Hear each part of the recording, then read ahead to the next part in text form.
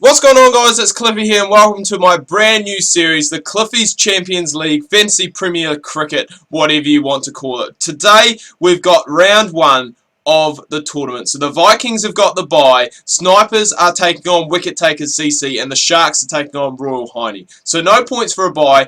Basically, you play each team twice, so it should be home and away. We're going to start off first with the Snipers versus Wicket Takers CC. So this is Stu Henry's team taking on Tom's team, and just where we go. So what I've done is, because when you simulate, it is hard really to choose what speed to go and do. So if you guys think this is too slow, let me know, and I could go and put it up to 20%. But I did kind of want to make the videos go for a wee bit of time. So Green picking up the wicket there in his first over. He's actually got two now. Picked up the other captain of, picked up the captain of the Snipers, Stu Henry. And so we're playing a 50-over competition. As I said, play each team twice. There is going to be finals at the end, so semi-finals. One plays four, I'm guessing.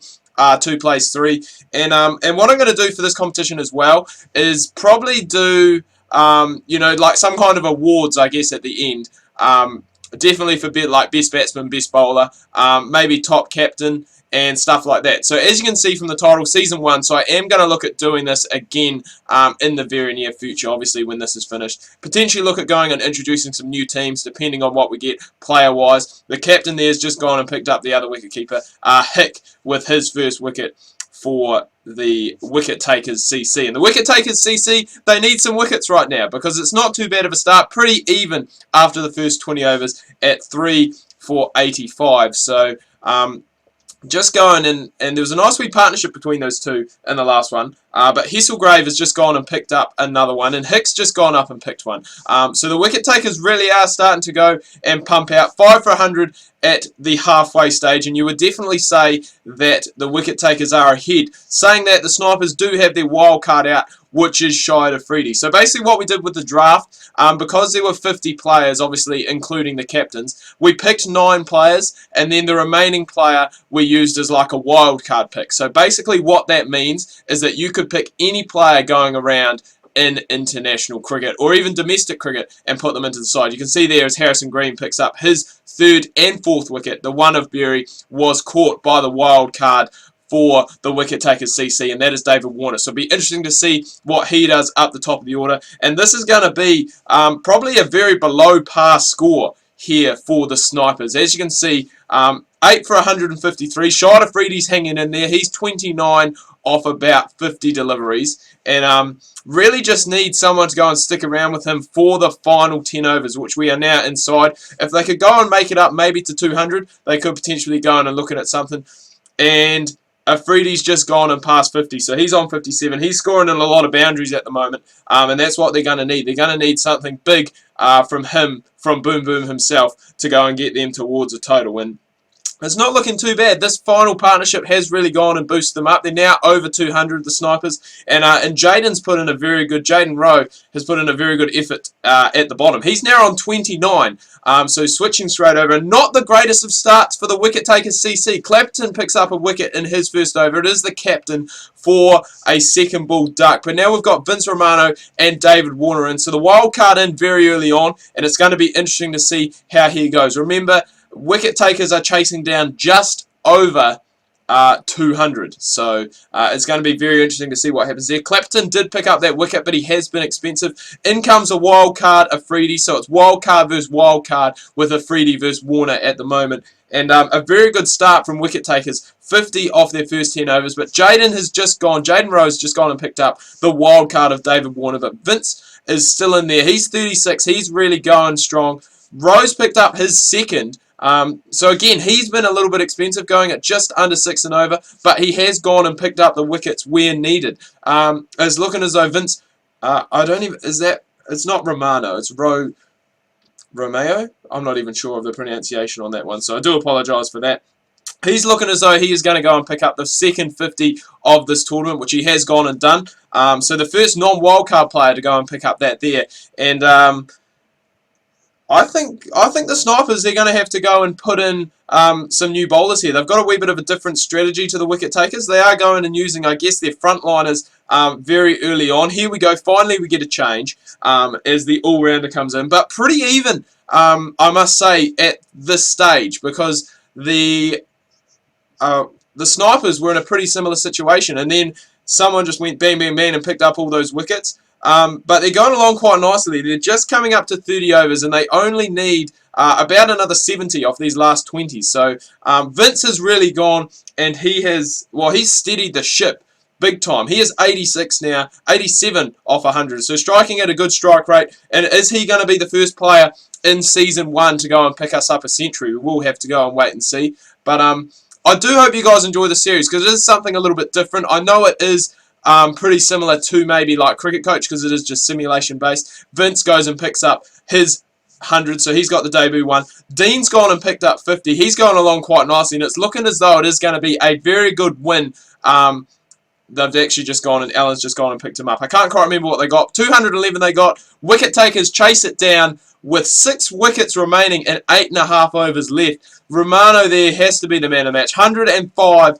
It's not Romano, Cliffy. What are you saying? He's not the rugby player playing for the All Blacks. But 105 not out off 120 really went and steadied the ship. Harrison Green could have potentially gone there as well with his 4 for 48.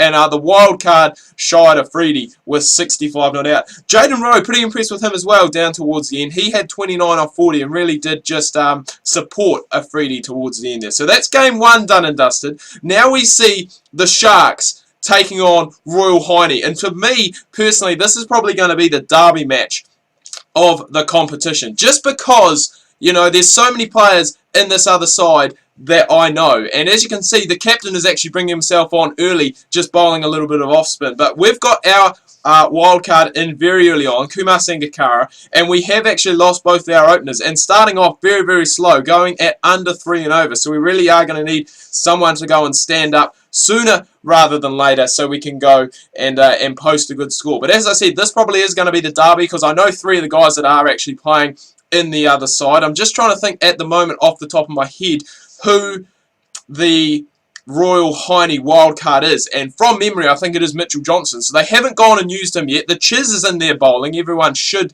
well, quite a few people should know him. We've just lost Sangakkara and we've just lost Peter Cook. So I'm in very early on, batting at number 6 to number 6. Yeah, batting at number 6. I thought I was higher than that. But Marty's gone and picked up a wicket, who I know. Muzz has gone and picked up a wicket.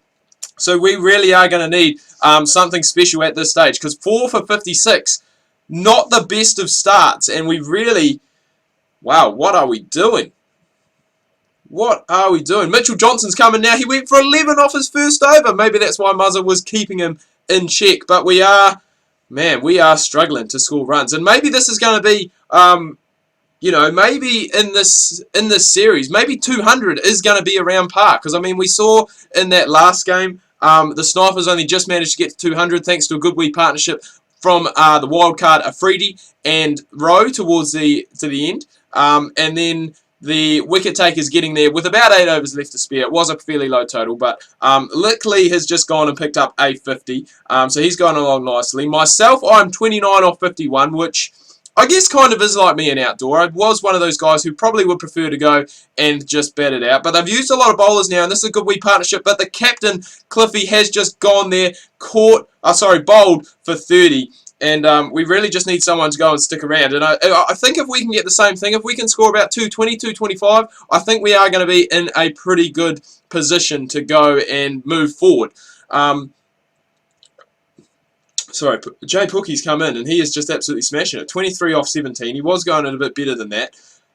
And now we're into the last 10 overs. So if we could go and pick up quite a few runs in these last 10, would be ideal. Because I kind of would feel comfortable defending like 220, 230. And hopefully we're going to go and pick that up. So just 5 overs left now.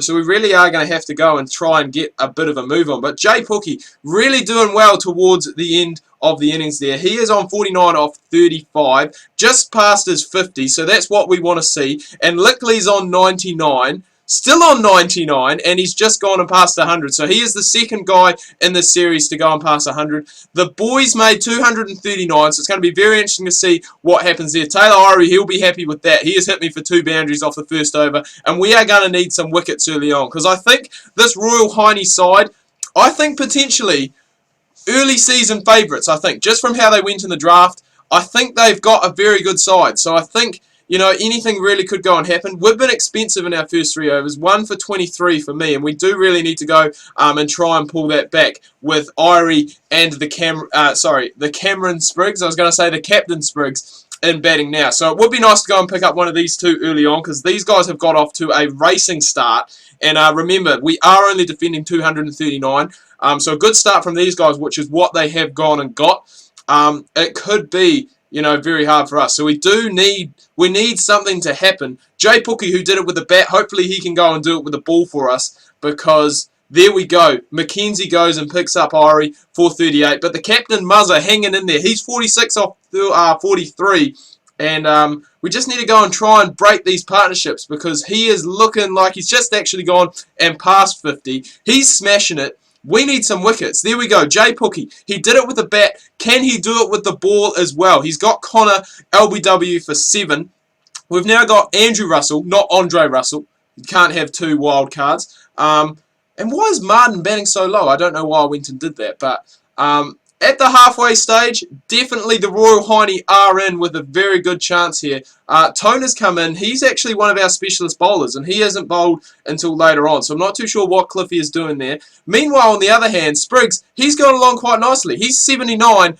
Oh, I put the kiss of death on him. 79 off 75 before he went and got himself out. I've got Marty in now. Batting all rounder, batting down at number 7, so I'm not quite too sure what happened there, but that could be. I think personally that's not too bad of a predicament to have yourself in, because I think in this series, if you pick up early wickets, if you've got a guy down towards the bottom of the order, or I guess the lower order, who can go and bat for you quite well, you are going to be, you know, in a pretty good position, because they only need another 50 runs. We've got just over 10 left. Well, it's actually way less than that now, only needing 39, and it's looking as though, unless we can pick up some wickets here, that it is going to be a loss first up for the Sharks and a win for Royal Hiney in the first game. So, at the end of the day, both these two putting on a very impressive partnership. Andrew Russell got out towards the end there. We'll just go back and have a quick look at that. He got out towards the end there, caught by my wild card Sangakkara for 55 off 70. Martin Crook, 57 off 47. What a freak. He's actually batting at number 6, not number 7. I got that wrong.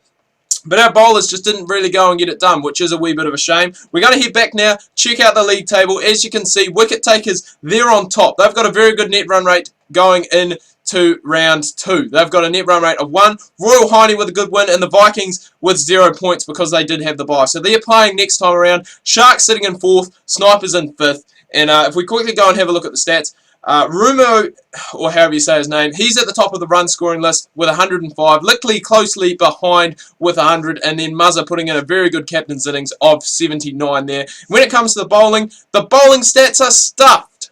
Okay, so I'm going to have to do the bowling stats myself. What is going on with that? I hate it how it does that. So that's a pain. But anyway, going into round 2, the Snipers have got the bye. Sharks taking on the Vikings, and the Royal Hiney in a top of the table clash taking on the wicket takers. So it's going to be a good chance for either one of those two teams to move up ahead of the pack straight away, and the Sharks and the Vikings both looking for their first win. But anyway, guys, do hope you've enjoyed this video. If you have, please remember to leave a like. If you are new, please do subscribe. Make sure to check out my Facebook and Twitter. Links there can be found down below in the description. Really hope you have enjoyed this series. It's looking like it is going to be a whole lot of fun, and I'm really looking forward to doing this in the future as well. So remember, drop a like, subscribe if you're new. Hope you're having a good start to your week, and we will see you tomorrow for some more Rugby League Live 3.